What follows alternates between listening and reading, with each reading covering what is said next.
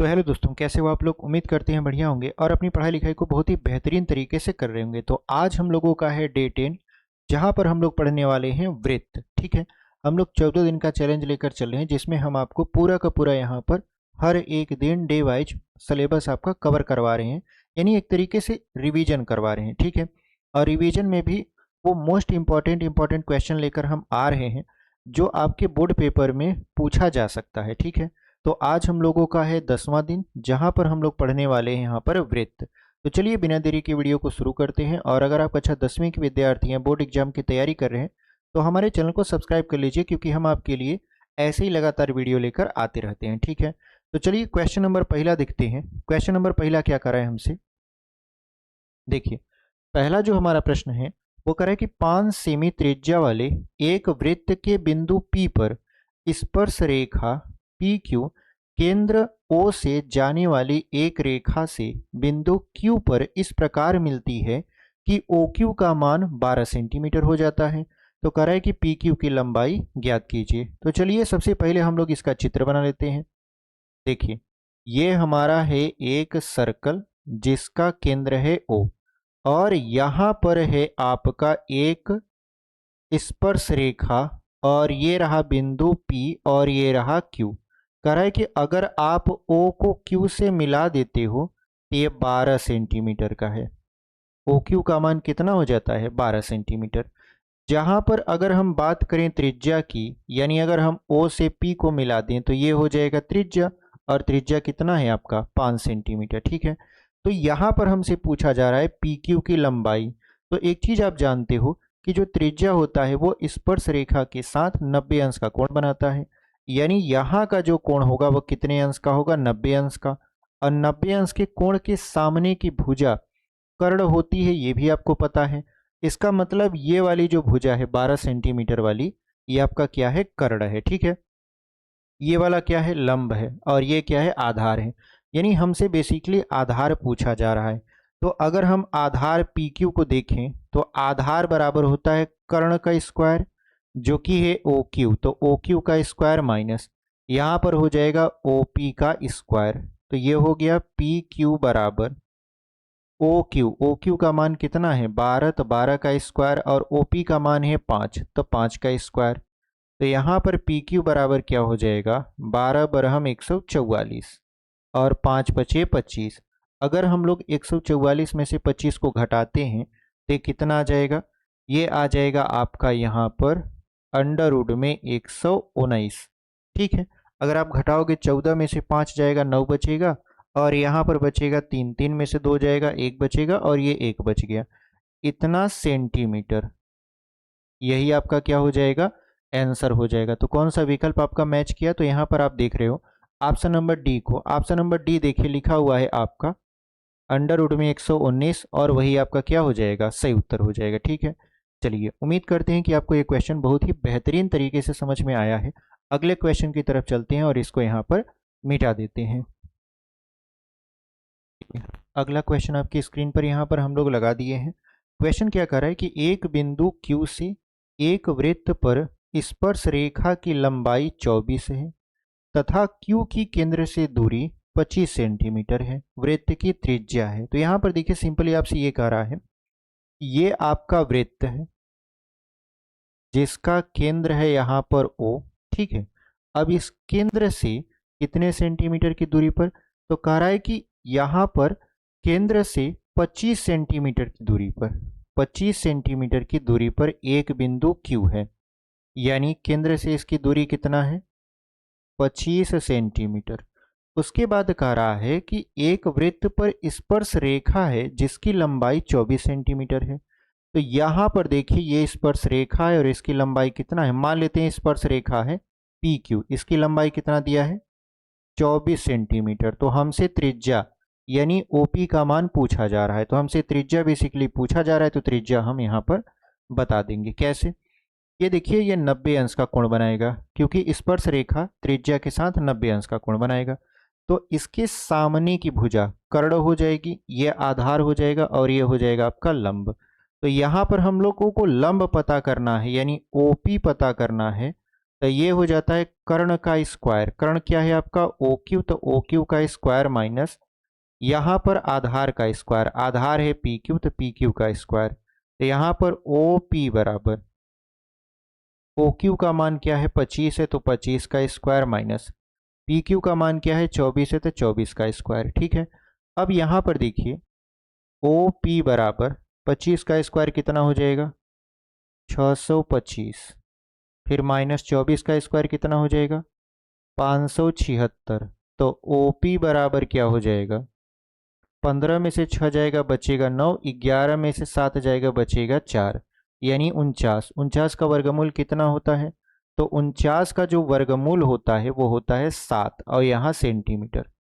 इसका मतलब ये है कि इस वृत्त की त्रिज्या कितना हो जाएगा 7 सेंटीमीटर। उम्मीद करते हैं कि आपको ये क्वेश्चन समझ में आया है। ठीक है, चलिए कौन सा ऑप्शन आपका सही हो जाएगा, तो ऑप्शन नंबर ए में ही लिखा हुआ है 7 सेंटीमीटर, और वही आपका क्या है सही उत्तर है, यानी option number A is the right answer. ठीक है, चलिए अगला क्वेश्चन हम लोग आपके स्क्रीन पर लगा देते हैं और बढ़ जाते हैं अपने अगले वाले क्वेश्चन की तरफ।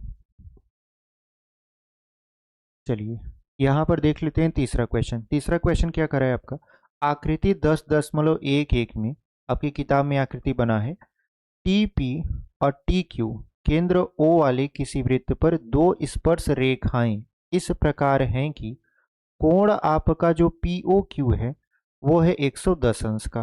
तो कह रहा है कि कोण पी टी क्यू बराबर है। ठीक है, तो यहाँ पर देखिए सबसे पहले चित्र बनाने की कोशिश करते हैं। हालांकि आपकी किताब में दिया भी है, अगर आप किताब लेकर नहीं बैठे हो तो कोई दिक्कत नहीं है, जो ये सवाल कर रहा है उसी के हिसाब से हम लोग क्या करेंगे यहाँ पर चित्र बनाएंगे। तो देखिए ये आपका क्या है केंद्र है। ठीक है, यहाँ पर केंद्र है, तो कह रहा है कि यदि टी पी और टी क्यू यानी दोनों में कॉमन क्या है टी है, इसका मतलब ये है कि टी कहीं बाहर रहा होगा और टी से इस वृत्त पर ऐसे पहली स्पर्श रेखा खींची गई और टी से इस वृत्त पर दूसरी स्पर्श रेखा खींची गई। इसका नाम है पी और इसका नाम है क्यू। ठीक है, कह रहा है कि दो स्पर्श रेखाएं इस प्रकार हैं कि जो पी ओ क्यू है, तो कहां पर है पी ओ क्यू, देखिए यहां पर है पी ओ क्यू, मतलब ये वाला कोण ये है आपका 110 अंश का। ठीक है, ये कितने अंश का है 110 अंश का।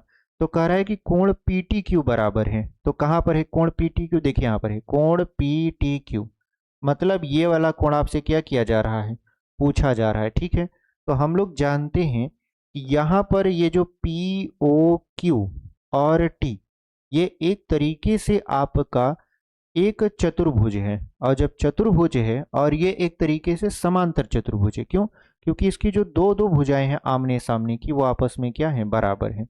तो यहाँ पर अगर हम देखें तो ये एक चतुर्भुज है और चतुर्भुज के आमने सामने के कोणों का योगफल कितना होता है 180 अंश होता है। तो अगर हम सिंपली कहें कि हम पी ओ क्यू और प्लस पी टी क्यू कोण पी टी क्यू इन दोनों को जोड़ें तो मान कितना होना चाहिए 180 अंश, क्योंकि इन दोनों कोणों का योगफल कितना हो जाएगा 180, क्योंकि चतुर्भुज के आमने सामने के कोणों का योगफल 180 अंश होता है। अब अगर हम बात करें पी ओ क्यू का तो ये है 110 अंश और हमसे पी टी क्यू तो पूछ ही रहा है बराबर 180 अंश, तो 110 को पक्षांतर कर देते हैं तो यहाँ पर हो जाएगा पी टी क्यू बराबर 180 माइनस 110, तो यहाँ पर हो जाएगा पी टी क्यू बराबर 70 अंश। पी टी क्यू का मान कितना आ गया 70 अंश। तो कौन सा विकल्प आपका सही हुआ, तो आप देखिए ऑप्शन नंबर बी में लिखा हुआ है 70 अंश और वही आपका क्या हो जाएगा सही उत्तर हो जाएगा। ठीक है, तो option number B is the right answer. तो उम्मीद करते हैं कि आपको ये क्वेश्चन बहुत ही बेहतरीन तरीके से समझ में आ रहा है। ठीक है, चलिए इसको यहाँ पर हम लोग इरेज करते हैं और अगले क्वेश्चन को आपके स्क्रीन पर लगाते हैं।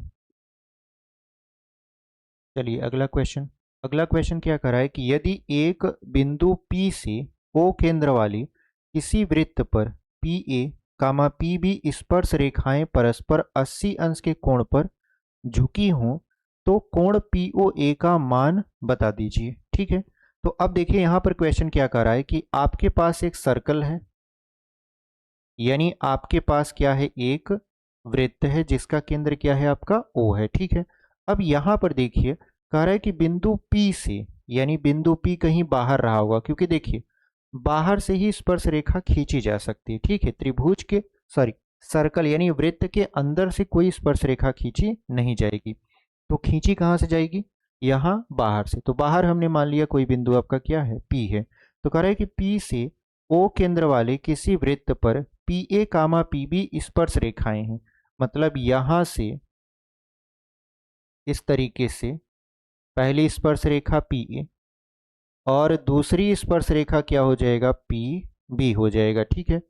अब कह रहा है कि ये परस्पर 80 अंश के कोण पर झुके हैं। 80 अंश के कोण पर झुके हैं से मतलब क्या हो गया, यहाँ पर ये कितने अंश का है, 80 अंश का है।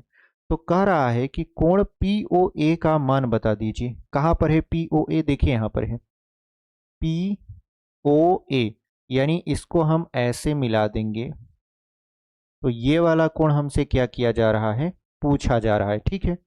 ये वाला कोण हमसे क्या किया जा रहा है, पूछा जा रहा है। तो आप देखो जब आप O को P से मिलाओगे तो ये जो 80 अंश का कोण है ये दो भागों में बट जाएगा, दो बराबर भागों में बटेगा। तो इस तरफ का कितना हो जाएगा यहाँ पर 40 अंश, और इस तरफ का कितना हो जाएगा 40 अंश। अगर हम बात करें त्रिभुज यहाँ पर PAO में, अगर हम इस वाले त्रिभुज में बात करें तो देखिए ये आपका PA क्या है, स्पर्श रेखा है, और स्पर्श रेखा त्रिज्या के साथ कितने अंश का कोण बनाता है, 90 अंश का। मतलब ये वाला 90 अंश का है और ये पता है कितना, 40 अंश का। हमको ये वाला कोण पूछा जा रहा है। यानी अगर हम देखें तो हम इसको ऐसे लिख सकते हैं, यहाँ पर POA फिर प्लस OAP, यहाँ पर हो जाएगा OAP फिर प्लस क्या हो जाएगा APO बराबर कितना हो गया 180 अंश।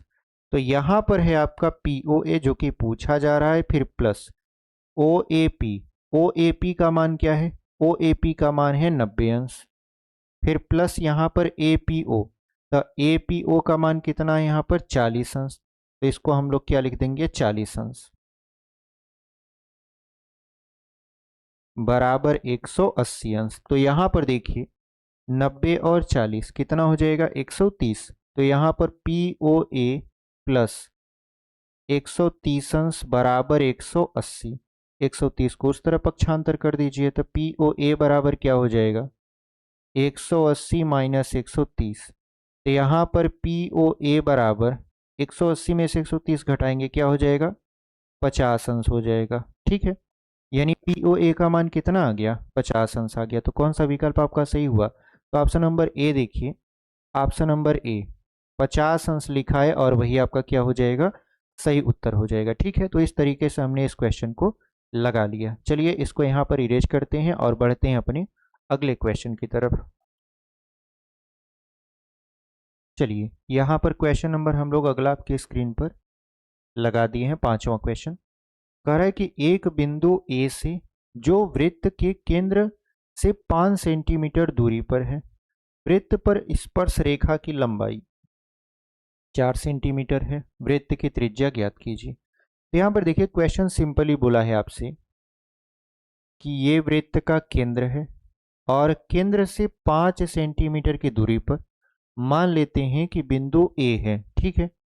केंद्र से कितने सेंटीमीटर की दूरी पर, 5 सेंटीमीटर की दूरी पर क्या है, यहाँ पर वृत्त से एक बिंदु ए है। कह रहा है कि वृत्त पर स्पर्श रेखा की लंबाई, अगर हम ए से ऐसे स्पर्श रेखा खींचे, ठीक है, तो स्पर्श रेखा इसको P मान लेते हैं, तो इसकी लंबाई कितना दिया है 4 सेंटीमीटर। यानी स्पर्श रेखा की लंबाई दिया है आपका, कितना दिया है 4 सेंटीमीटर। वृत्त की त्रिज्या ज्ञात कीजिए। तो हमसे क्या पूछा है, वृत्त की त्रिज्या। तो यहाँ से ऐसे मिला देंगे तो ये क्या हो जाएगा वृत्त की त्रिज्या हो जाएगा, ठीक है।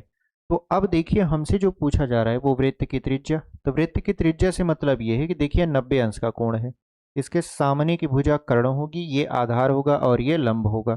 तो बेसिकली हमसे लंब पूछा जा रहा है। तो आप जानते हो लंब बराबर क्या होता है, लंब बराबर होता है कर्ण का स्क्वायर माइनस आधार का स्क्वायर। तो लंब क्या है आपका यहाँ पर OP है, तो OP बराबर कर्ण कितना है, कर्ण आपका है OA, तो ओ ए का स्क्वायर माइनस आधार कितना है पी ए, तो पी ए का स्क्वायर, तो पी का मान क्या है आर है।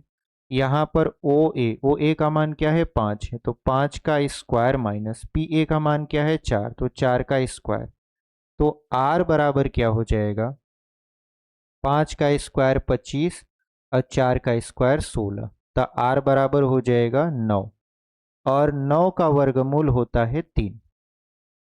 9 का वर्गमूल कितना होता है 3। इसका मतलब ये है कि इस वृत्त की जो त्रिज्या है वो है 3 सेंटीमीटर, और यही आपका क्या हो जाएगा आंसर हो जाएगा। ठीक है, तो उम्मीद करते हैं कि आपको ये क्वेश्चन बहुत ही बेहतरीन तरीके से समझ में आया होगा। चलिए अब हम लोग बढ़ जाते हैं अगले क्वेश्चन की तरफ, और ये आपका उत्तर है। चलिए यहाँ पर क्वेश्चन नंबर 7वां आपके स्क्रीन पर हम लोग लगा दिए हैं। क्वेश्चन नंबर 6वां हम बता दिए थे, ठीक है। यहाँ पर नहीं, क्वेश्चन नंबर 6वां बताना था आपको। लिखा है कि दो सकेंद्रीय वृत्तों की त्रिज्याएं 5 सेंटीमीटर तथा 3 सेंटीमीटर हैं। बड़े वृत्त की उस जीवा की लंबाई ज्ञात कीजिए जो छोटे वृत्त को स्पर्श करती है। देखिए बेसिकली इसका चित्र जो है वो कुछ इस तरीके से बनेगा। यहाँ पर एक बड़ा सा त्रिभुज है और एक यहाँ पर छोटा सा त्रिभुज है, ये आपका ओ है, ठीक है। यहाँ पर दो सकेंद्रीय वृत्त है। सकेंद्रीय वृत्त का मतलब क्या होता है, ऐसे वृत्त जिनका केंद्र एक ही बिंदु होता है, यानी दो या दो से अधिक ऐसे वृत्त जिनका केंद्र एक ही होता है सकेंद्रीय वृत्त कहलाते हैं। तो यहाँ पर ये दोनों का केंद्र एक ही है, चाहे बड़े वाले का दिखे चाहे छोटे वाले का दिखे। तो यहाँ पर अगर आप देखो तो कह रहा है कि ये जो छोटा वाला है इसकी त्रिज्या है 3 सेंटीमीटर, और जो बड़ा वाला है इसकी त्रिज्या है 5 सेंटीमीटर, और जो बड़े वृत्त की जीवा है वो छोटे वृत्त को क्या करती है, स्पर्श करती है। ठीक है, ये क्या करती है, स्पर्श करती है। तो अगर हम इसका नाम दे दें, यहाँ पर ए रख दें, यहाँ पर बी रख दें, और ये आपका यम है, तो हमसे क्या पूछा जा रहा है, हमसे पूछ रहा है कि उस जीवा की लंबाई बताइए। ठीक है, यानी हमसे क्या पूछा जा रहा है, जीवा की लंबाई। तो चलिए जीवा की लंबाई बता देते हैं। देखिए यहाँ पर एक नियम होता है कि वृत्त के केंद्र से जीवा पर जो डाला गया लंब होता है वो जीवा को दो बराबर भागों में बांटता है।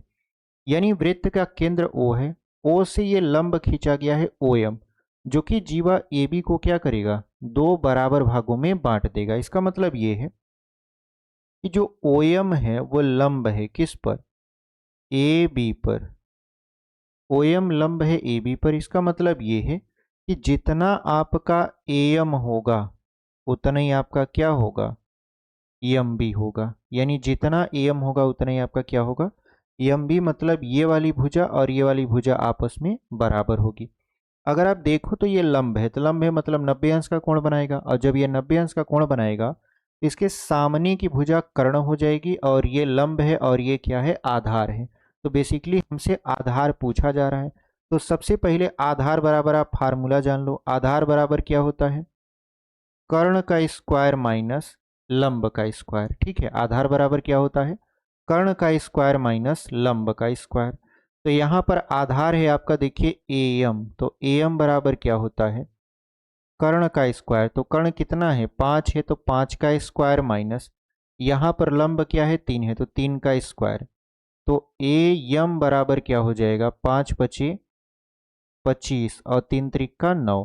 तो ए एम बराबर क्या हो जाएगा, 25 में से 9 को घटाइए क्या बचेगा, 16 बचेगा। ठीक है, और 16 का वर्गमूल क्या होता है, 4 होता है, 4 सेंटीमीटर। यानी जो ए एम है वो कितना है आपका, 4 सेंटीमीटर।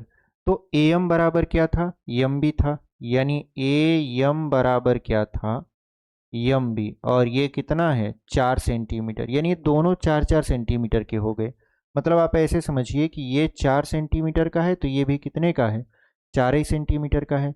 अब हमसे पूछ रहा है जीवा की लंबाई, तो यहाँ पर जीवा क्या है, ए बी है। तो अगर हम ए बी बराबर देखें तो ए बी बराबर क्या हो जाएगा यहाँ पर, ए एम। क्योंकि देखिए ए बी दो भागों में बटा हुआ है, कौन कौन सा, ए एम और एम बी। तो हम लोगों को लिखना चाहिए कि ए बी को हम ऐसे लिख सकते हैं, ए बी बराबर A M plus M B. तो यहाँ पर ए बी बराबर एम का मान क्या है, तो एम का मान है यहाँ पर 4, फिर प्लस एम बी का मान क्या है 4, तो 4 और 4 कितना हो जाएगा, 8 हो जाएगा। ये कितना हो जाएगा, 8 सेंटीमीटर। और यही हमारा फाइनल आंसर है, ठीक है। यानी ए बी बराबर कितना हो जाएगा आपका, 8 सेंटीमीटर। तो उम्मीद करते हैं कि आपको ये क्वेश्चन बहुत ही बेहतरीन तरीके से समझ में आया है। ये क्वेश्चन आपका 4 नंबर में पूछा जा सकता है, ठीक है। तो चलिए इसको यहाँ पर इरेज करते हैं और बढ़ते हैं अपने अगले वाले क्वेश्चन की तरफ। चलिए यहाँ पर क्वेश्चन नंबर अगला देख लेते हैं। क्वेश्चन नंबर अगला क्या कर रहा है आपसे, एक वृत्त के परिगत एक चतुर्भुज ए बी सी डी खींचा गया है, सिद्ध कीजिए कि A B plus C D बराबर A D plus B C. तो यहाँ पर कह रहा है कि एक वृत्त के परिगत, परिगत का मतलब होता है उसके चारों तरफ, एक चतुर्भुज ए बी सी डी खींचा गया है। तो चलिए हम लोग क्या करते हैं, एक वृत्त बनाते हैं और इसका केंद्र आपका क्या है, ओ है, ठीक है।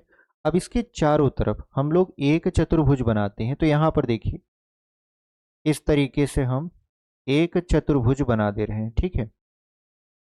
यहाँ पर हम एक चतुर्भुज बना दिए, इसका नाम रख देते हैं ए बी सी और डी, ठीक है। अब मान लेते हैं कि ये क्या करता है कि वृत्त को 4 बिंदुओं पर स्पर्श करता है। भाई अगर ये परिगत बना है तो जाहिर सी बात है वृत्त को स्पर्श करेगा। और आपकी किताब में ऐसा चित्र भी दिया है, ठीक है, मतलब आपकी किताब में ये चित्र दिया है। तो यहाँ पर मान लेते हैं कि ये है P, ये है Q, ये है R और ये है S, ठीक है। यानी P Q R और S। अगर हम देखें P Q R और S को, तो ये क्या कर रहा है कि बिंदु को 4 जगह पर स्पर्श कर रहा है, बिंदु P, बिंदु Q, बिंदु R और बिंदु S। अब हमको जो सिद्ध करना है वो क्या करना है, यहाँ पर देखिए लिख देते हैं, सिद्ध करना है। अब क्या सिद्ध करना है, तो सिद्ध करना है हमको ए बी प्लस में सी डी बराबर क्या हो जाएगा, यहाँ पर ए डी, फिर प्लस में यहाँ पर हो जाएगा बी सी, ठीक है। यानी A B plus C D बराबर क्या हो जाएगा, A D plus B C. ऐसा हमको सिद्ध करना है। तो अगर आप ध्यान से देखो, बिंदु ए को, बी को, सी को और डी को, तो ये बाहर स्थित बिंदु है, यानी वृत्त के बाहर स्थित बिंदु है। और ध्यान से देखो तो जो बिंदु ए है या बी है या सी है या डी है, इनसे 2 स्पर्श रेखा खींची जा रही है हमारे वृत्त पर। कैसे, आप देखो जितना AP है वही आपका AS है। यानी AP क्या है, एक तरीके से वृत्त के बाहर ए बिंदु से 2 स्पर्श रेखा खींची जा रही है, एक का नाम है AP और दूसरे का नाम है AS। और हम लोग ये नियम जानते हैं, नियम ये कहता है कि वृत्त के बाह्य बिंदु से खींची गई स्पर्श रेखाएं आपस में बराबर होती हैं। इसका मतलब ये है कि बिंदु A से ये जो आपका AP और AS खींचा गया है, ये आपस में क्या है, बराबर है। इसका मतलब ये है कि जितना आपका AP होगा उतना ही आपका क्या होगा, AS होगा, ठीक है। तो यहाँ पर हम लोग लिखेंगे AP बराबर यहाँ पर क्या हो जाएगा, AS हो जाएगा। इसको मानते हैं समीकरण नंबर 1। अब चलते हैं बिंदु B पर। तो अगर हम बिंदु B को देखें तो जितना आपका BP होगा उतना ही BQ होगा, क्योंकि जो बिंदु B है वो बाह्य बिंदु है और बाह्य बिंदु से इस पर भी 2 स्पर्श रेखाएं खींची जा रही हैं, एक का नाम है BP और दूसरे का नाम है BQ। तो यहाँ पर हम लोग लिखेंगे BP बराबर क्या हो जाएगा, BQ। ये समीकरण नंबर 2 मान लेते हैं। फिर हम लोग चलते हैं बिंदु C पर, ठीक है। अगर हम बिंदु C को देखें तो यहाँ से स्पर्श रेखा खींची गई है और यहाँ से स्पर्श रेखा खींची गई है, मतलब CQ और CR ये दोनों आपस में क्या होंगे, बराबर होंगे। तो यहाँ पर हम लोग लिखेंगे CQ बराबर CR और ये है आपका समीकरण नंबर 3, ठीक है। CQ बराबर क्या है आपका, CR है। अब हम लोग क्या करते हैं, D बिंदु पर चलते हैं।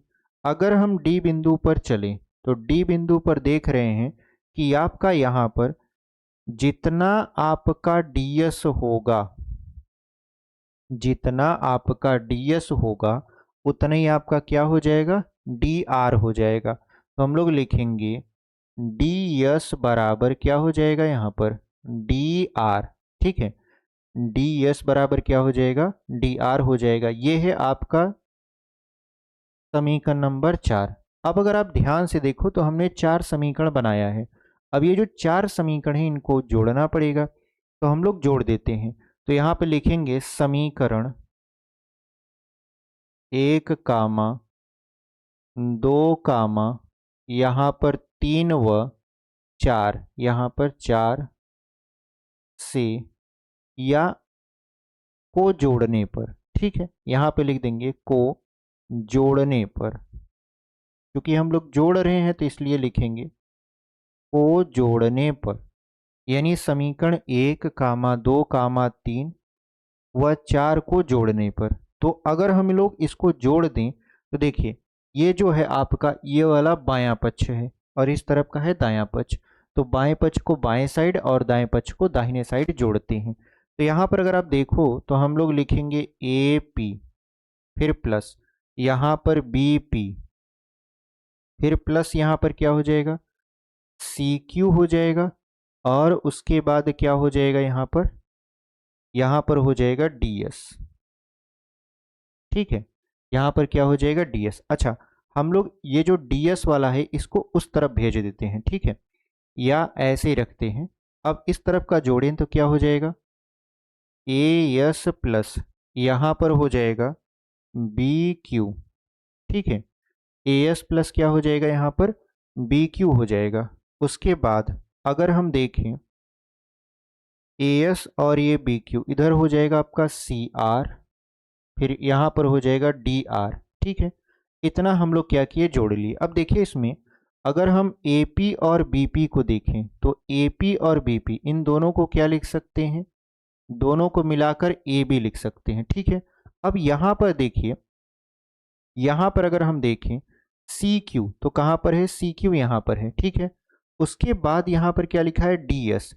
सी क्यू जो और डी एस जो है ये यहाँ पर देखिए तालमेल बैठ गया है। ठीक है, अगर आप ऐसा करोगे तो गलत हो सकता है, तो आपको क्या करना पड़ेगा आपको शेड्यूल एकदम बैठाना पड़ेगा। जैसे देखिए ए पी और बी पी कितना हो गया ए बी हो गया। अब अगर हमको देखना है तो हमको क्या करना पड़ेगा यहाँ पर सी आर और डी आर। सी आर और डी आर को देखें तो यहाँ पर देखिए क्या बन जाएगा आपका सी डी बन जाएगा। लेकिन यहाँ पर जो आपका सी आर और डी आर है वो यहाँ पर है C R plus D R. तो यहाँ से इस तरफ आएगा तब तो ये क्या हो जाएगा माइनस में हो जाएगा। इसका मतलब ये है कि हमको क्या करना है कि ए बी प्लस यहाँ पर सी डी और यहाँ पर है आपका ए डी और यहाँ पर है बी सी। तो बी सी लाने के लिए हमको क्या करना पड़ेगा देखिए बी सी दो भागों में बटा हुआ है, एक का नाम है बी क्यू और एक का नाम है सी क्यू। तो बी क्यू और सी क्यू को एक तरफ करना पड़ेगा। इसका मतलब ये है कि जो आपका यहाँ पर बी क्यू है और इस तरफ जो सी आर और सी क्यू है तो इसको हमको चेंज करना पड़ेगा। ठीक है, अगर आप नहीं चेंज करते हो तो आपका सवाल गलत हो सकता है। इस वजह से देखिए हम जो लिखे थे लिखने के लिए लिख दिए, लेकिन यहाँ पर देखिए वो बताने लगा कि आप कहीं ना कहीं चेंजिंग करने में थोड़ा सा गड़बड़ कर रहे हो, तो हम इसको चेंज कर रहे हैं। ठीक है, तो यहाँ पर लिख देंगे आपका सी क्यू, यहाँ पर क्या लिख देंगे सी क्यू, और यहाँ पर क्या हो जाएगा चूंकि देखिए यहाँ पर है आपका बी पी बराबर बी क्यू, तो बी क्यू और इस तरफ सी क्यू नहीं होना चाहिए, सी क्यू इस तरफ होना चाहिए सी क्यू। देखा सी क्यू बराबर क्या हो जाएगा सी आर, तो यहाँ पर क्या हो जाएगा सी आर। ठीक है, इसको हम लोग मिटा कर क्या लिखेंगे सी आर लिख देंगे। देखिए यहाँ पर सी आर हो जाएगा। क्यों हम ऐसा कर रहे हैं क्योंकि हमने यहाँ पर देखा ये तो मैच ही नहीं कर रहा, जो हमको सिद्ध करना है वो उस तरफ आ रहा है। लेकिन हमको ये ध्यान रखना पड़ेगा कि जो हमको सिद्ध करना है वो जैसे सिद्ध करना है उसी तरीके का आना चाहिए। उसके लिए आपका सवाल गलत भी नहीं होना चाहिए और जो मान आप बैठा रहे वो सही भी होना चाहिए। तो जैसे जो हम मान यहाँ पर पहले लिखे थे वो सही था लेकिन आ नहीं रहा था, तो हमने क्या किया एक्सचेंज कर दिया। यानी यहाँ सी क्यू था तो यहाँ पर क्या कर दिया सी आर कर दिया और यहाँ पर कर दिया C Q. Same to same इसमें भी करेंगे। क्यों करेंगे क्योंकि देखिए जो आपका सी डी है वो दो लोगों से मिलकर बना है, एक का नाम है डी आर और एक का नाम है सी आर। ठीक है, तो यहाँ पर अगर हम देखें तो डी आर तो इस तरफ होना चाहिए, क्यों? क्योंकि सी आर अब इस तरफ आ गया। इसका मतलब ये है कि ये हो जाएगा आपका डी आर और यहाँ पर हो जाएगा आपका डी एस। बस अब आपका जो सवाल है वो एकदम बेहतरीन तरीके से आएगा। कैसे? अब यहाँ पर जोड़ेंगे, जो सी क्यू है उसकी जगह पर क्या लिख देंगे? C R. उसकी जगह पर क्या लिख देंगे हम लोग? यहाँ पर सी आर लिख देंगे। इसको मिटा देते हैं। देखिए यहाँ पर A P plus B P, फिर यहाँ पर प्लस में अब क्या लिखेंगे? सी आर, फिर प्लस में क्या लिखेंगे? डी आर, बराबर इधर क्या हो जाएगा? इधर हमारा था A S plus B Q और यहाँ पर था C Q plus D S. अगर आप ध्यान से देखो तो A S, B Q, C Q और डी एस ये सभी हमने एक पक्ष में लिख दिया। क्यों? क्योंकि बायां पक्ष एक साइड और दाहिना पक्ष एक साइड लिखना था। तो अब आप देखो A P plus B P, यानी A P plus B P, इन दोनों को मिलाकर हमने क्या लिख दिया? ए बी लिख दिया। अब यहाँ पर लिखा है C R plus D R, तो यहाँ पर देखिए सी आर और डी आर इन दोनों को मिलाकर क्या करेंगे? सी डी लिख देंगे। फिर बराबर क्या हो जाएगा? बराबर हो जाएगा ए एस। अब देखिए ए एस कहाँ पर? यहाँ पर है ए एस। ए एस और डी एस, यानी ए डी जो है वो दो भागों में टूटा है, ए एस और डी एस। तो यहाँ पर देखिए है ए एस और यहाँ पर है डी एस। अगर इन दोनों को मिलाकर लिखेंगे तो क्या लिख सकते हैं यहाँ पर? आप लिख सकते हो ए डी। फिर प्लस में क्या हो जाएगा? प्लस में आप देखो तो दो लोग बचे हुए हैं, कौन कौन से? बी क्यू और सी क्यू। तो कहाँ पर है? देखिए यहाँ पर है बी क्यू और सी क्यू, इन दोनों को मिलाकर लिखना चाहें तो क्या लिख सकते हैं हम लोग? यहाँ पर सी बी या बी सी लिख सकते हैं। ठीक है, तो हमने लिख दिया बी सी।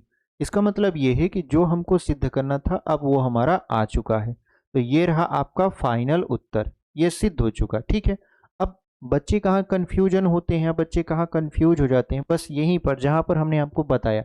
इसका जो सीक्वेंस है आप ध्यान में रखिए कि जो सिद्ध करना है, अब सीक्वेंस कैसे ध्यान में रखा जाएगा?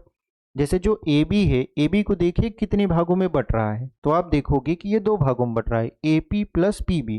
तो इन दोनों को एक ही साइड रहना है। ठीक है, जब एक ही साइड रहना है तो इसका मतलब ये है कि इनको देखिए हम एक ही साइड लिखें, ए पी प्लस यहाँ पर बी पी, ताकि अगर हम जोड़ें तो हमारा जो मान लाना है वो आ जाए। अगर आप इतना ध्यान रखते हो तो पेपर में आपका ये सवाल गलत नहीं होगा। ठीक है, चलिए इसको यहाँ पर मिटा देते हैं और बढ़ जाते हैं अपने अगले वाले क्वेश्चन की तरफ। चलिए यहाँ पर अगला क्वेश्चन देखते हैं। अगला क्वेश्चन क्या है कि आकृति 10.13 में, तो ये देखिए आकृति क्या है आपका 10.13 में कह रहा है कि यक्स वाई तथा यक्स डैश वाई डैश। यहाँ पर देखिए ये है यक्स वाई और ये है यक्स डैश और वाई डैश। कह रहा है कि ओ केंद्र वाले किसी वृत्त पर दो समांतर स्पर्श रेखाएं हैं, यानी ये जो यक्स वाई और यक्स डैश वाई डैश है ये दो समांतर क्या हैं? स्पर्श रेखाएं हैं। ठीक है, कह रहा है कि यहाँ पर और स्पर्श बिंदु सी पर, और स्पर्श बिंदु सी पर स्पर्श रेखा ए बी। तो स्पर्श रेखा क्या है यहाँ पर? A B X dash Y dash को बी पर प्रतिच्छेद करती है। कहाँ पर? देखिए यक्स डैश वाई डैश को बी पर क्या करती है? प्रतिच्छेद करती है। तो सिद्ध करना है, यानी सिद्ध कीजिए कि कोण ए ओ बी का मान। तो हमको क्या सिद्ध करना है? सिद्ध करना है कोण ए ओ बी का मान यहां पर 90 अंश है। ठीक है, अब देखिए अब हम लोग करेंगे क्या कि यहां पर अगर आप ध्यान से देखो तो ए ओ बी कहां पर है? यहां पर है ए ओ बी। इसको सिद्ध करना है कि ये कितने डिग्री का है? 90 डिग्री का है। इसको हम लोग करेंगे क्या कि ओ को सी से मिला देंगे। ठीक है, अगर ओ को सी से हम लोग मैच करा देंगे तो हमारे पास देखिए चार ठो त्रिभुज बनेंगे। कौन कौन सा? देखिए ये पहला, ये दूसरा, ये तीसरा और ये चौथा। ठीक है, ये चारों त्रिभुज को अगर हम लोग बराबर दिखा दें कि ये चारों त्रिभुज आपस में क्या है? बराबर हैं, ये पूरा का पूरा पार्ट आप देख रहे हो, ये चारों को जोड़ेंगे तो मान 180 अंश होगा। तो हम लोग कुछ इसी तरीके से सिद्ध करने वाले हैं। तो चलिए सबसे पहले हम लोग चलते हैं त्रिभुज पी ओ ए में या ए ओ पी में। तो यहाँ पे लिखेंगे त्रिभुज ए ओ पी में, त्रिभुज ए ओ पी में, ठीक है। तो त्रिभुज ए ओ पी में अगर हम बात करें तो यहाँ पर देखिए, यहाँ पर लिख देंगे तथा त्रिभुज यहाँ पर ए ओ सी में, ए ओ सी में, यानी त्रिभुज ए ओ पी में तथा त्रिभुज ए ओ सी में अगर हम बात करें तो ये देखिए वृत्त की त्रिज्या है, यानी अगर हम साइड की बात करें तो ओ पी बराबर क्या हो जाएगा, ओ सी हो जाएगा। क्यों? क्योंकि ये वृत्त की क्या है, त्रिज्या है। उसके बाद अगर हम बात करें कोण का, तो यहाँ वाला कोण देखिए और यहाँ वाला कोण देखिए, ये दोनों ही क्या है, 90 डिग्री का है। तो यहाँ पर अगर हम साइड की बात करें तो यहाँ साइड नहीं, एंगल की बात करते हैं, ठीक है, यानी कोण की बात करते हैं। तो कोण है आपका ओ पी ए। यहाँ पर अगर हम एंगल की बात करें, कोण ओ पी ए बराबर हो जाएगा ओ सी ए के। तो यहाँ पे लिख देंगे ओ सी ए के, और प्रत्येक कितना है, 90 अंश है, ठीक है, प्रत्येक कितना है, 90 डिग्री है। उसके बाद अगर हम बात करें फिर से साइड की, तो साइड में देखिए आपका जो ओ ए है ये उभयनिष्ठ भुजा है। तो ओ ए बराबर ओ ए, यानी ये उभयनिष्ठ भुजा है, ठीक है, यहाँ पर उभयनिष्ठ भुजा, ठीक है, ये आपका क्या हो गया, उभयनिष्ठ भुजा। इसका मतलब ये है कि त्रिभुज एओपी और त्रिभुज एओसी ये दोनों क्या है, सर्वांग सम है। किससे, साइड एंगल और साइड से। तो यहाँ पे लिखेंगे त्रिभुज एओपी सर्वांग सम है त्रिभुज यहाँ पर एओसी के। किससे, यहाँ पर हो जाएगा साइड एंगल साइड से, यानी भुजा कोण भुजा से ये क्या हो गया, आपका सर्वांग सम हो गया। इसका मतलब क्या है, इसका मतलब ये है कि जितना आपका कोण ए ओ पी होगा वही आपका हो जाएगा ए ओ सी। ये दोनों आपस में क्या हो जाएंगे, बराबर, क्योंकि सर्वांग सम त्रिभुज के संगत कोण आपस में बराबर होते हैं। यानी ये वाला कोण और ये वाला कोण आपस में बराबर है। इसको हम लोग थोड़ा सा यहाँ पर इस तरीके से हाईलाइट कर देंगे और फिर आगे बढ़ेंगे। आगे देखिए हमारे पास है 2 और 3। 2 और 3 में क्या है कि हम लोग त्रिभुज ए ओ सी में चलेंगे, यानी त्रिभुज ए ओ सी तथा त्रिभुज यहाँ पर बी ओ सी में, त्रिभुज यहाँ पर बी ओ सी में अगर हम बात करें एंगल की या साइड की, तो सबसे पहले एंगल की ही बात कर लेते हैं, यानी एंगल।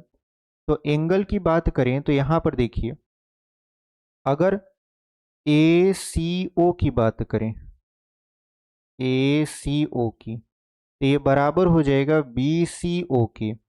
यहाँ पर हो जाएगा बी सी ओ के, और प्रत्येक कितना है, 90 अंश है, ठीक है।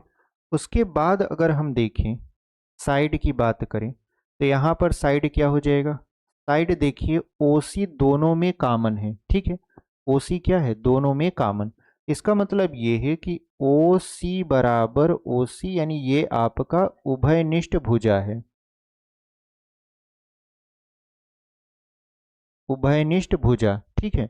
उसके बाद फिर से अगर हम साइड की बात करें तो देखिए जो साइड ए सी है आपका वो बराबर हो जाएगा किसके, सी बी के। ए सी सी बी के बराबर क्यों हुआ, क्योंकि देखिए ये और ये दो समांतर रेखाएं हैं, ठीक है, और समांतर रेखा है तो समांतर रेखा के बीच की दूरी आपस में क्या होती है, बराबर होती है। और केंद्र से आप ओसी लंब डाल रहे हो जो कि क्या करेगा, जीवा को दो बराबर भागों में बांटेगा। हालांकि ये जीवा नहीं है, स्पर्श रेखा है, फिर भी ये दो बराबर भागों में क्या होगा, बट जाएगा। तो इस वजह से हमने ए सी बराबर क्या लिख दिया, सी भी लिख दिया। यानी ये त्रिभुज आपका, यानी त्रिभुज ए ओ सी ये सर्वांगसम हो चुका है त्रिभुज बी ओ सी के। किससे, ये हो चुका है आपका साइड एंगल साइड से। यानी साइड एंगल साइड से ये क्या हो चुका है, आपका सर्वांगसम हो चुका है। ठीक है, हम क्रम थोड़ा सा ऊपर नीचे लिख दिए बट कोई दिक्कत नहीं, आप लिख सकते हो साइड एंगल साइड से। अब चलते हैं किसमें, तीसरे और चौथे में। तो इसका मतलब क्या है, जब ये सर्वांगसम हो गया इसका मतलब ये है कि जितना आपका AOC होगा, जितना आपका कोण AOC होगा उतना ही क्या हो जाएगा, BOC। तो यहाँ पर हो जाएगा BOC। ठीक है, AOC बराबर क्या हो जाएगा, BOC। ठीक है, अब हमको करना क्या है कि हमको चलना है त्रिभुज तीसरे और चौथे में। तो चलिए तीसरे और चौथे में चलते हैं। इसको थोड़ा सा यहाँ पर हम लोग हटा देते हैं। ठीक है, अब यहाँ पर देखिए, अब यहाँ पर अगर हम देखें तो हम लोग नाम लिखेंगे त्रिभुज BOC, BOC तथा यहाँ पर त्रिभुज हो जाएगा BOQ।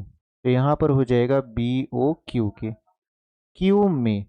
ठीक है, यानी त्रिभुज BOC तथा त्रिभुज BOQ में अगर हम बात करें साइड की, तो साइड में आप देखो ये जो आपका OC है ये बराबर हो जाएगा OQ के, और ये वृत्त की त्रिज्या है। अगर हम बात करें एंगल की तो यहाँ पर क्या हो जाएगा, OCB। तो यहाँ पर लिखेंगे OCB बराबर हो जाएगा आपका OQB के। तो यहाँ पर है OQB और ये प्रत्येक कितना है, 90 डिग्री है। फिर अगर हम साइड की बात करें तो साइड में आपका जो OB है, OB बराबर किसके हो जाएगा, OB के, क्योंकि ये उभयनिष्ठ भुजा है। यानी OB जो है ये दोनों त्रिभुज में है। आप त्रिभुज BOC की बात करोगे तब वो OB आ रहा है, त्रिभुज आप BOQ की बात करोगे तब वो आपका OB आ रहा है। इसका मतलब ये है कि ये दोनों में क्या है, उभयनिष्ठ है। जब ये उभयनिष्ठ है तो इसका मतलब ये है कि हमारा जो त्रिभुज है BOC वो आपका सर्वांगसम है किससे, त्रिभुज BOQ से। किसका, किस नियम से, तो साइड एंगल साइड से। और जब ये आपका यहाँ पर सर्वांगसम हो गया इसका मतलब ये है कि इसका जो कोण है, कोण कौन सा, BOC, ये बराबर हो जाएगा BOQ के। तो यहाँ पे लिखेंगे त्रिभुज BO या कोण BOC बराबर हो जाएगा कोण BOQ के। कारण, कारण यह है कि सर्वांगसम त्रिभुज के संगत कोण आपस में क्या होते हैं, बराबर होते हैं। तो इस तरीके से हमारा यहाँ पर ये बराबर हो गया। अब अगर आप ध्यान से देखो तो इसको देखिए, AOP बराबर है AOC की, AOC बराबर है BOC की, BOC बराबर है BOQ की। मतलब ये जो चारों कोण है, यानी 1 2 3 4, ये चारों आपस में क्या हो गए, बराबर हो गए। तो अगर हम देखें, अगर हम देखें कि जो POQ है, POQ एक सरल रेखा है। POQ क्या है, एक सरल रेखा है। ठीक है, अगर आप ध्यान से देखो तब POQ क्या है, एक सरल रेखा। और जब ये सरल रेखा है तो कितने अंश का कोण बनाएगा, 180 अंश का। तो यहां पर कोण POQ बराबर कितना अंश हो जाएगा, 180 अंश। अब ये जो आपका कोण POQ है ये चार भागों में टूटा हुआ है। एक कौन सा है, एक है AOP, यानी एक है आपका AOP फिर प्लस, दूसरा कौन सा है, दूसरा है आपका देखिए AOC, दूसरा है आपका AOC, तीसरा आपका क्या है, तीसरा है आपका BOC। तो यहाँ पे लिख देंगे BOC। फिर चौथा क्या है आपका यहाँ पर BOQ। तो यहाँ पर हो जाएगा BOQ बराबर 180 अंश के।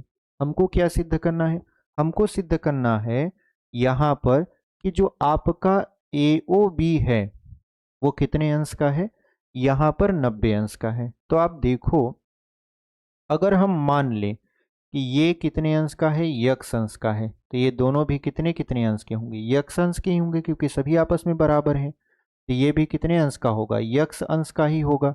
इसका मतलब ये है कि अगर इन चारों की जगह पर हम लोग यक्स अंश लिख दें तो हमको यक्स की वैल्यू पता चल जाएगी। तो चलिए यहाँ पर हम लोग लिखते हैं। तो देखिए चारों की जगह पर यहाँ पर लिखेंगे x plus x plus x plus x.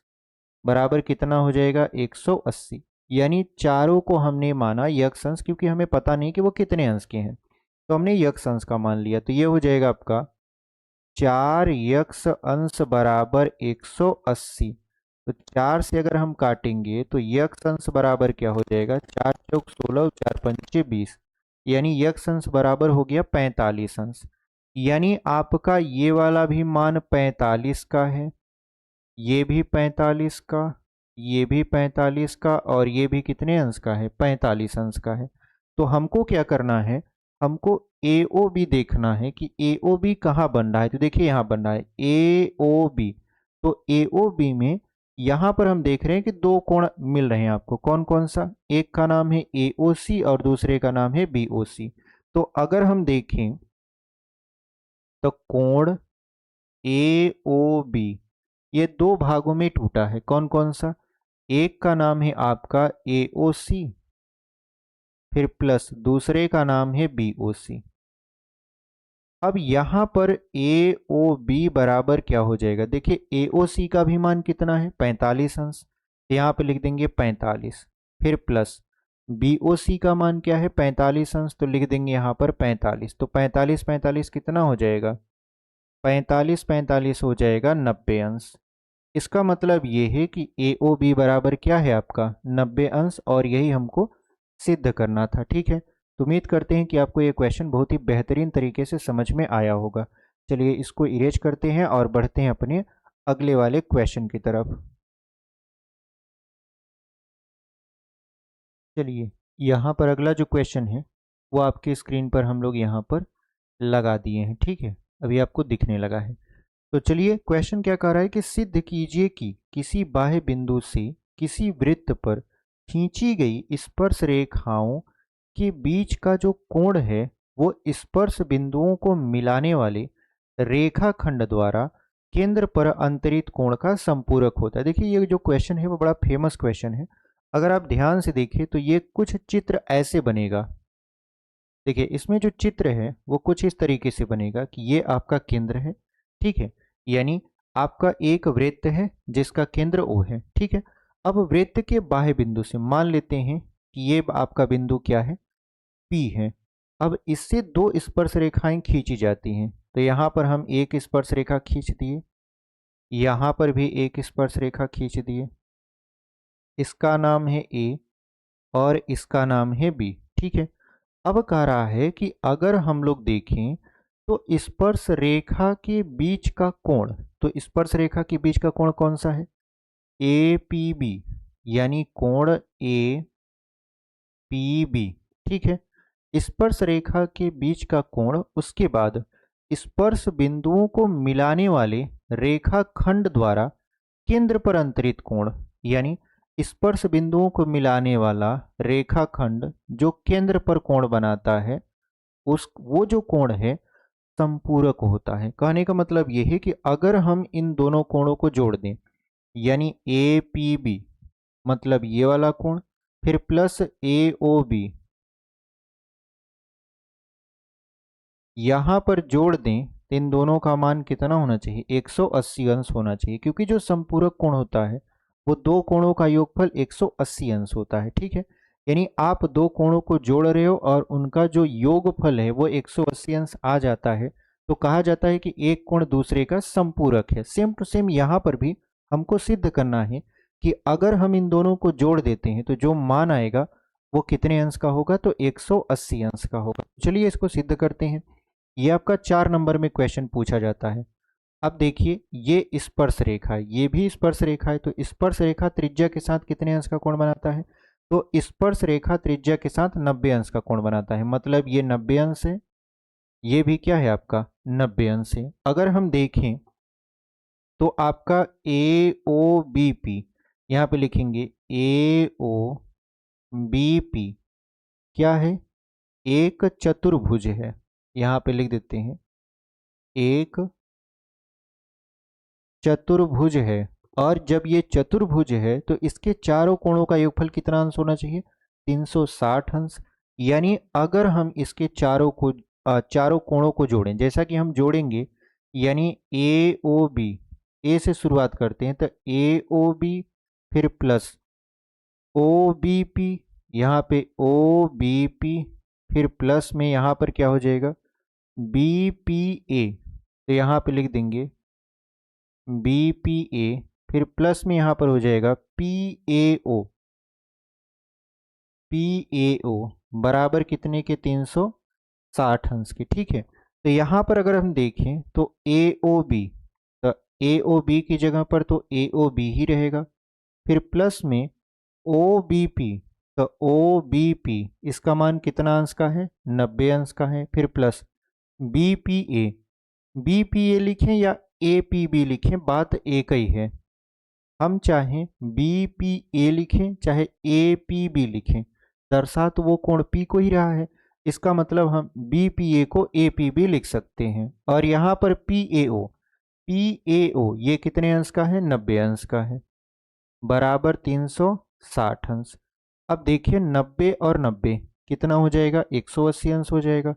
यहाँ पर ए ओ बी फिर प्लस ए पी बी फिर प्लस 90 और 90 कितना हो जाएगा 180 बराबर 360 अंश। ठीक है, अब 180 को पक्षांतर कर देते हैं तो ये हो जाएगा ए ओ बी फिर प्लस ए पी बी बराबर 360 माइनस 180, तो यहाँ पर 360 में से 180 को अगर हम लोग घटाएं तो बचेगा क्या 180 अंश बचेगा, यानी ए ओ बी फिर प्लस में यहाँ पर ए पी बी बराबर 360 माइनस 180, तो ए ओ बी फिर प्लस में ए पी बी बराबर 180 अंश।